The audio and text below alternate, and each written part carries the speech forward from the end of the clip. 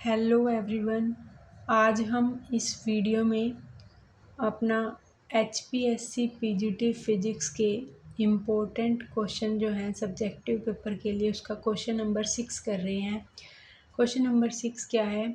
Sommerfeld theory of electrical conductivity.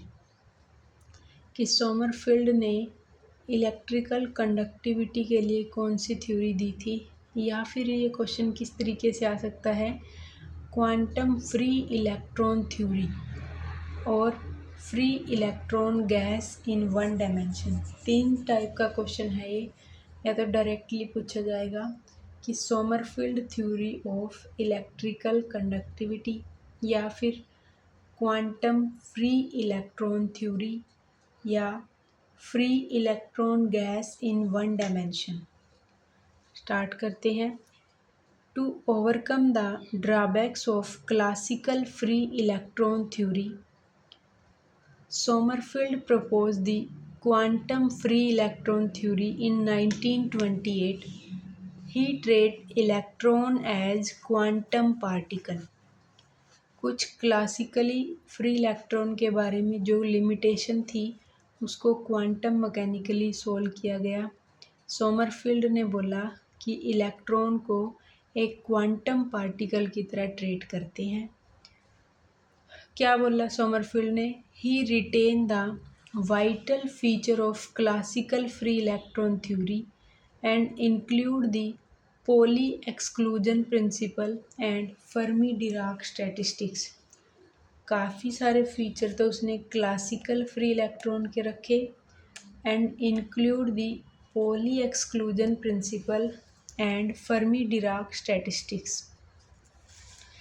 अब बात करते हैं assumption of quantum free electron theory. Sommerfeld की जो क्वांटम फ्री इलेक्ट्रॉन थ्योरी थी उसकी क्या क्या अजम्पशन थी, उसने क्या अज्यूम किया? The free electron inside a metal can have discrete energy level. कि जो भी फ्री इलेक्ट्रॉन हैं मेटल के अंदर उनकी एनर्जी डिस्क्रीट है। डिस्क्रीट मतलब वो कंटिन्यू नहीं है, इंटीग्रल मल्टीपल है। दस द एनर्जी आर क्वांटाइज्ड। सबसे पहले तो सोमरफील्ड ने क्या बताया कि इलेक्ट्रॉन जो है उसकी एनर्जी क्या है, क्वांटाइज्ड है। Second, the electron obey Pauli exclusion principle which state that there can't be more than 2 electron in any energy level. उसने पॉली एक्सक्लूजन प्रिंसिपल के अकॉर्डिंग बताया कि कोई भी electron more than 2 electron in any energy level can not exist. Third क्या था? The distribution of electron in various energy level obey Fermi Dirac quantum statistics. जो distribution है इलेक्ट्रॉन का अलग अलग एनर्जी लेवल में, तो वो क्या ओबे करता है? फर्मी डिराक क्वांटम स्टैटिस्टिक्स को फॉलो करता है। फोर्थ क्या है? Free electron have the same potential energy V is equal to 0 everywhere within the metal because the potential due to positive ion core is uniform throughout the metal. Potential हमारी uniform है positive iron core की वजह से। तो free electron की जो potential energy है, क्योंकि रेस्ट पर तो है ही नहीं, फ्री है, मूवमेंट में है, तो पोटेंशियल एनर्जी क्या है? 0 है। फिफ्थ अजम्पशन क्या है? The force of attraction between electron and lattice ion and the force of repulsion between electrons can be neglected. assumption क्या ली कि जो अट्रैक्शन का फोर्स है इलेक्ट्रॉन में और जो सेंटर में पॉजिटिव है, and the force of attraction between electron and lattice ion and the force of repulsion between electrons can be neglected. Sixth assumption क्या है? The electron are treated as wave like particle. Electron को इन्होंने wave की तरह consider किया और जो force उन पर लगा वो कितना है -dv/dx, क्योंकि पोटेंशियल जो है कांस्टेंट है और फोर्स क्या है जीरो है, क्योंकि फोर्स हम नेगलेक्ट करके चले हैं तो फोर्स जीरो है। सो dv/dx क्या है जीरो है, यानी कि पोटेंशियल हमारी क्या है कांस्टेंट है। फर्दर अजम्पशन हो गई।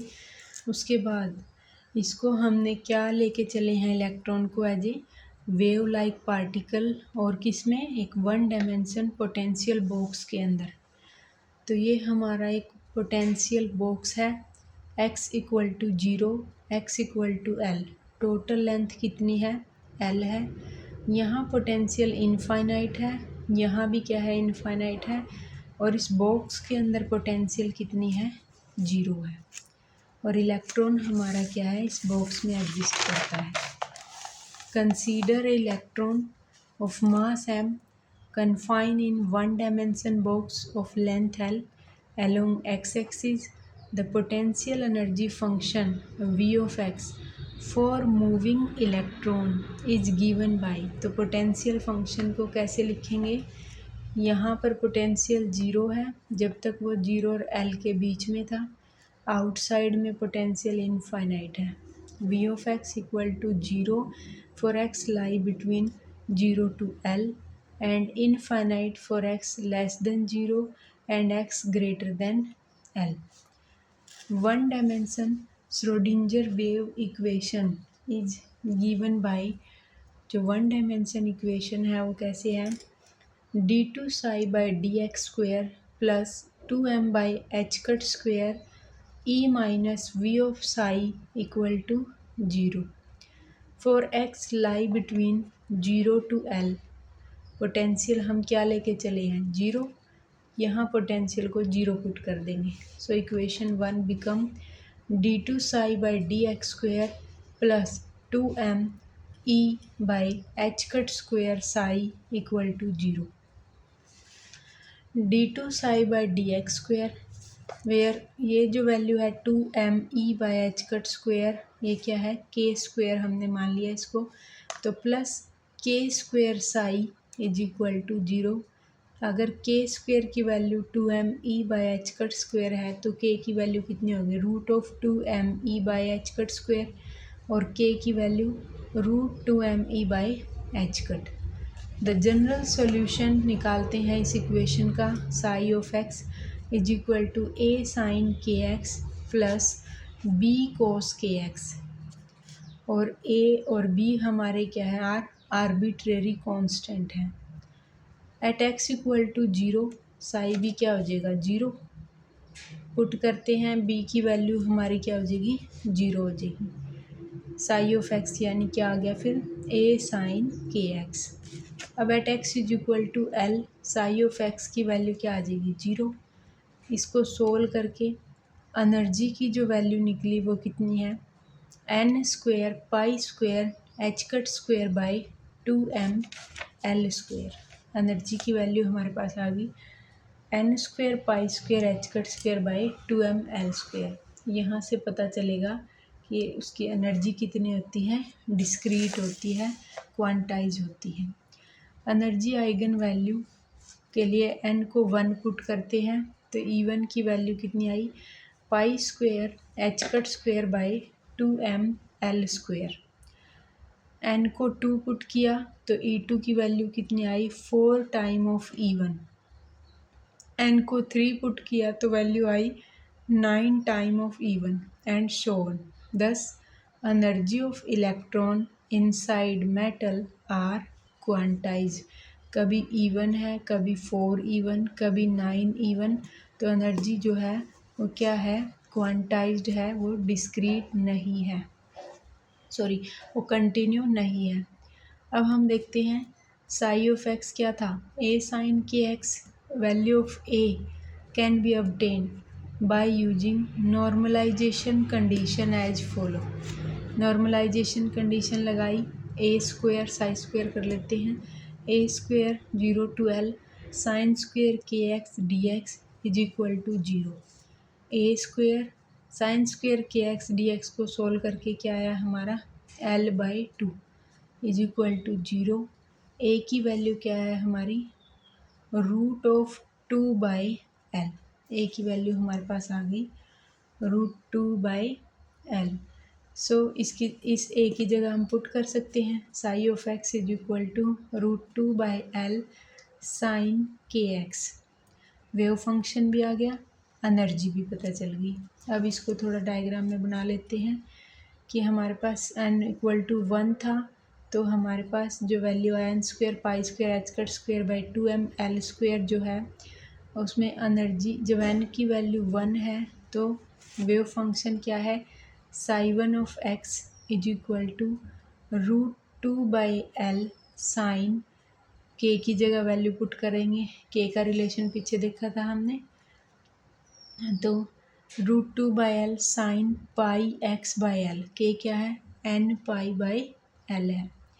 साई2 of x √2/L sine 2πx/L।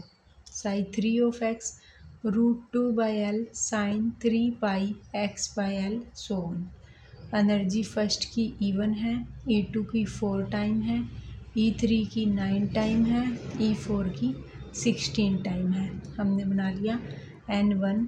जब हम सेकंड स्टेट पे गए तो 2 नोड बढ़ते जा रहे हैं, एंटी नोड और नोड N3 के लिए, N4 के लिए। अब हम थोड़ा सा नोड और एंटी नोड की पोजीशन भी देख लेते हैं कितनी कितनी है।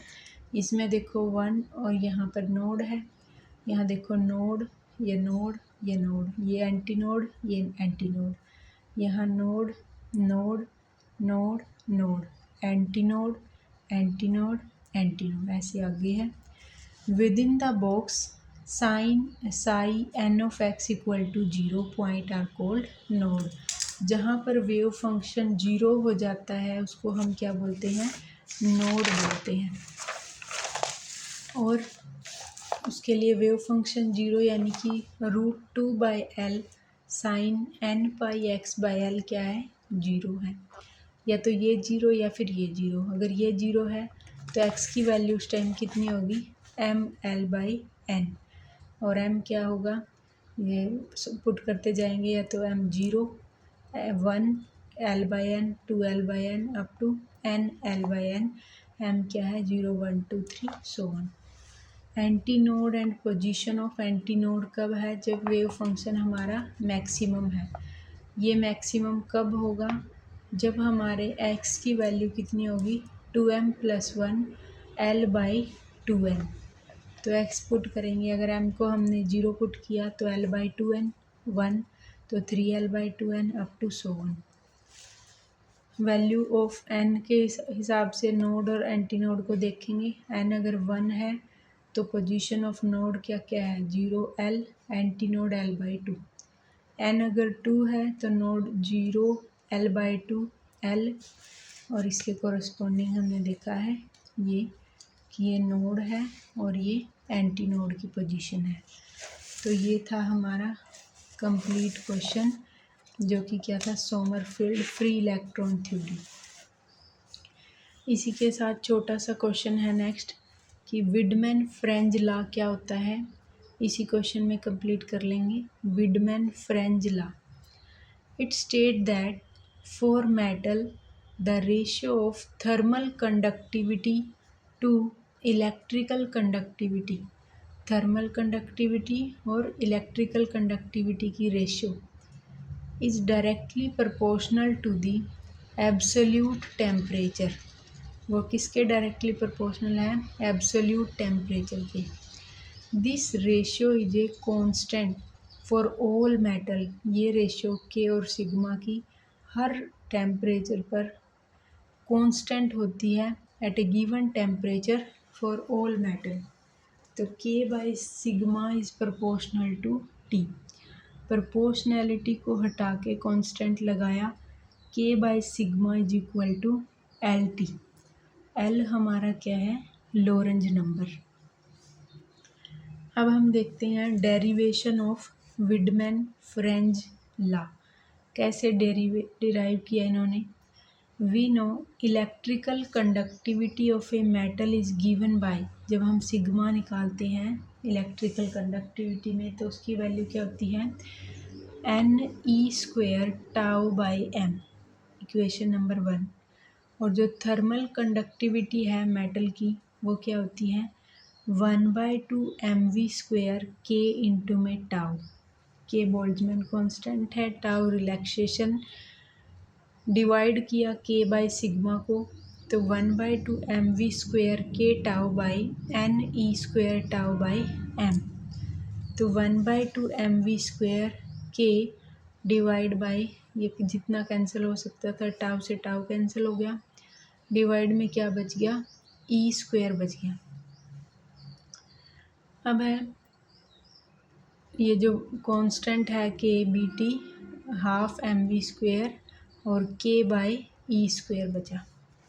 Kinetic energy of free electron in metal is, वो कितनी होती है, 1/2 mv² की वैल्यू होती है 3/2 kT, तो यहाँ पुट कर सकते हैं 3/2 kT, तो k by sigma 3/2 kT into में k बाई E², k का स्क्वायर हो गया, k बाई सिग्मा 3k का स्क्वायर बाई 2e² इंटू में t, k by sigma is equal to L into में t, L क्या है, Lorenz constant, Lorenz number, L की वैल्यू कितनी है, 3k का स्क्वायर बाई 2e², स्क्वायर आएगा यहाँ पे, is a constant called Lorenz number और k by sigma is proportional to t।